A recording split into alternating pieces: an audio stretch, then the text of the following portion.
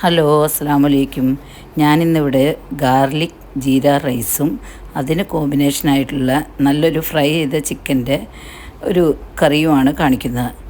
ഒരു പാനടപ്പത്ത് വെച്ച് ഓയിൽ ഒഴിച്ചത് ചൂടായി വരുമ്പോൾ 1.5 കപ്പ് സവാള ചെറുതായി അരിഞ്ഞ് നന്നായി വഴറ്റി വറുത്ത് കോരുക.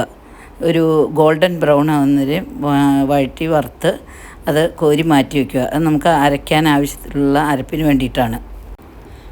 അത് മാറ്റി വെച്ചിട്ട് ആ എണ്ണയിലേക്ക് തന്നെ നമ്മൾ നേരത്തെ മാരിനേറ്റ് ചെയ്ത് വെച്ച ചിക്കൻ, അതായത് മുളക് പൊടി, മഞ്ഞൾപ്പൊടി, ഉപ്പ്, കുരുമുളക് പൊടി എല്ലാം ഇട്ട് മാരിനേറ്റ് ചെയ്ത് വെച്ച് ആ ചിക്കൻ അതിലിട്ട് തിരിച്ച് മറിച്ച് വിട്ട് ഷാലോ ഫ്രൈ ചെയ്തെടുത്ത് മാറ്റി വയ്ക്കണം.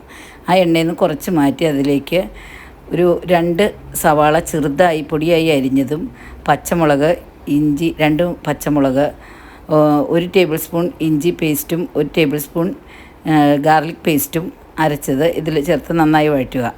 അതിലേക്ക് 1 teaspoon tomato sauce, 2 teaspoon red chilli സോസും ഒഴിച്ച് വഴറ്റുക.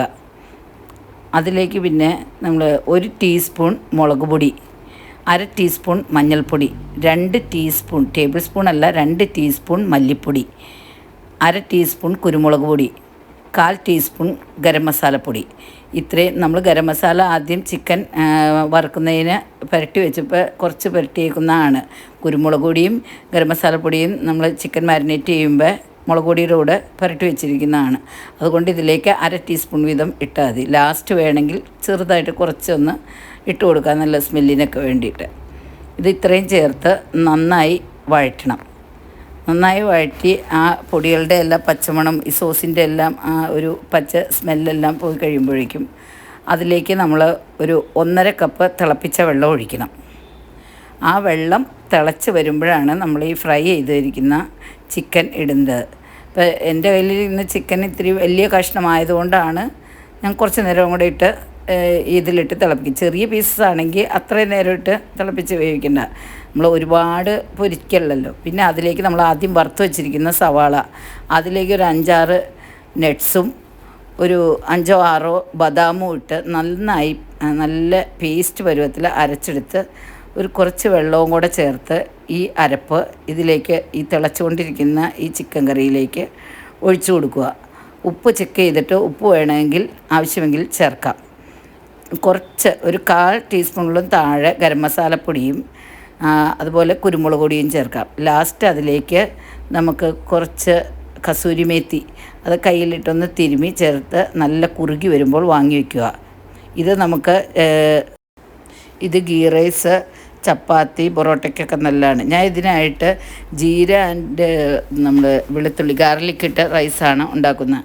ആ റൈസിലേക്ക് വേണ്ടിയിട്ട് ബസ്മതി അരിയില്ലേ, ബസ്മതി റൈസ് നന്നായി കഴുകി ഡ്രെയിൻ ചെയ്ത് വെച്ചിട്ട് അത് തിളപ്പിച്ച് ഊറ്റി മാറ്റി വയ്ക്കണം. ഉപ്പിട്ട് തിളപ്പിച്ച് ഊറ്റി 80% വേവിച്ച് മാറ്റി വയ്ക്കണം. ഫുള്ളായിട്ട് കുക്ക് ചെയ്യേണ്ട. പിന്നെ ചൂട് കട്ടിയുള്ള ഒരു പാത്രം അടുപ്പത്ത് വെച്ചിട്ട് അതിലേക്ക് 2 ടേബിൾ സ്പൂൺ നെയ്യ് ഒഴിക്കുക. ആ നെയ്യ് ഉരുകി വരുമ്പോഴേക്കും അതിലേക്ക് 1 ടീസ്പൂൺ നിറയെ ക്യുമിൻ സീഡ്, 1 ടീസ്പൂൺ 1.5 ടീസ്പൂൺ വരെ ആവാം, ടേസ്റ്റ് ഇഷ്ടമുള്ളവർക്ക്. ക്യുമിൻ സീഡില്ലേ, ചെറിയ ജീരകം, അതിട്ട് പൊട്ടിക്കുക. അത് പൊട്ടി വരുമ്പോൾ അതിലേക്ക് ഓൾ സ്പൈസസ്, അതായത് 1/2 ടീസ്പൂൺ ഓളായിട്ടുള്ള കുരുമുളക്, 1 കഷ്ണം പട്ട, 2-3 കറുകപ്പട്ട, 2-3 ഏലക്ക, 2-3 ഗ്രാമ്പൂ, ഇതെല്ലാം ഇട്ട് വഴറ്റുക. അതിലേക്ക് 2 ടീസ്പൂൺ ഫുള്ളായിട്ട് വേണം ചെറുതായിട്ട് കുനുകുനാന്നരിഞ്ഞ് വെളുത്തുള്ളി, ഗാർലിക്ക്, അതാണ് ഇതിൻ്റെ ഗാർലിക്കും ഈ ജീരകമാണ് ഇതിൻ്റെ മെയിൻ സ്പൈസ്. അതിൻ്റെ സ്മെല്ല് കൊണ്ടുള്ള ഒരു റൈസാണിത്.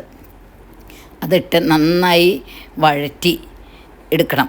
ഗാർലിക്കും ഇട്ട് വഴറ്റി അതിലേക്ക് ഒരു സവാളയുടെ ഒരു പകുതി മതി, അത് കനം കുറച്ച് നീളത്തിൽ അരിഞ്ഞതും, 1 തണ്ട് കറിവേപ്പിലയും കൂടെ ഇടണം.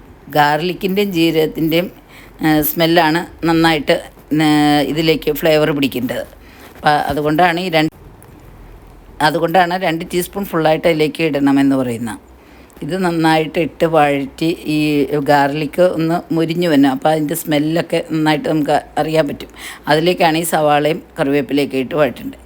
എന്നിട്ട് നമ്മൾ വേവിച്ച് വെച്ചിരിക്കുന്ന ബസ്മതി റൈസ് കുറേശ്ശെ ഇട്ട് ഉപ്പ് ആവശ്യമെങ്കിൽ ഉപ്പ് ആഡ് ചെയ്ത് ഇത് നമ്മൾ ബസ്മതി വേവിക്കുമ്പോൾ അതിലേക്ക് ഒരു സ്പൂൺ നാരങ്ങ നീരോടെ ഒഴിക്കുകയാണെങ്കിൽ ഒട്ടിപ്പിടിക്കില്ല, നമ്മൾ റൈസ് നന്നായിട്ടിരിക്കും. അപ്പോൾ എന്നിട്ട് ആ റൈസ് ഇതിലേക്ക് ഇട്ട് നന്നായിട്ട് അത് മിക്സ് ചെയ്ത് എടുക്കണം. ഒരു ടീസ്പൂൺ ഗരം മസാലപ്പൊടി ഇടണം നമ്മൾ ഇത് മിക്സ് ചെയ്തെടുക്കുമ്പോൾ. മല്ലിയില ഉണ്ടെങ്കിൽ മല്ലിയില ഇടാം. എന്നിട്ട് നന്നായി മിക്സ് ചെയ്ത് എടുക്കുക. എളുപ്പത്തിലുണ്ടാക്കാൻ പറ്റും. നല്ലൊരു ചിക്കൻ കറിയുടെയോ അല്ലെങ്കിൽ ബീഫ് കറിയുടെയൊക്കെ കൂടെ കൂട്ടാൻ എപ്പോഴും നമ്മൾ ഗീ റൈസ് തന്നെ വയ്ക്കാതെ അതിനൊരു മാറ്റം ഉണ്ടാവും. ഇങ്ങനെ ഉണ്ടാക്കി വെക്കുക എല്ലാവരും. നല്ല ടേസ്റ്റുള്ള റൈസ് തന്നെയാണ്. ഇതിന് കൂടെ കൂട്ടാനാണ് ഞാൻ ചിക്കൻ കറി ശരിയാക്കിയത്. ചിക്കൻ കറി ആണെങ്കിലും നല്ല കുറുകിയിരിക്കുന്ന ഒരു കറിയാണ്, നല്ല കോമ്പിനേഷനാണ്. ആ ചിക്കൻ കറി വെച്ച് നമുക്ക് ആ ചിക്കൻ കറി കൊണ്ട് പൊറോട്ട, ചപ്പാത്തിക്ക്, ഗീ റൈസിന്, ഈ ജീര റൈസിന് എല്ലാം നല്ലൊരു കോമ്പിനേഷനാണ്. നല്ല കുറുകിയൊരു കറിയാണ്. കസൂരി മേത്തി ഉണ്ടെങ്കിൽ അതിൽ ചേർക്കുക ആ കറിയിൽ. നമ്മൾ അതുപോലെ മല്ലിയില ഉണ്ടെങ്കിൽ റൈസിലും ചേർക്കാം. ഇത് നല്ല ചോറിനും ചപ്പാത്തിക്കൊക്കെ നല്ലൊരു കറിയും കൂടിയാണ്. എല്ലാവരും ഇതൊന്ന് ട്രൈ ചെയ്ത് നോക്കണേ. ഫീഡ്ബാക്ക് അറിയിക്കണം. സബ്സ്ക്രൈബ് ചെയ്യണം.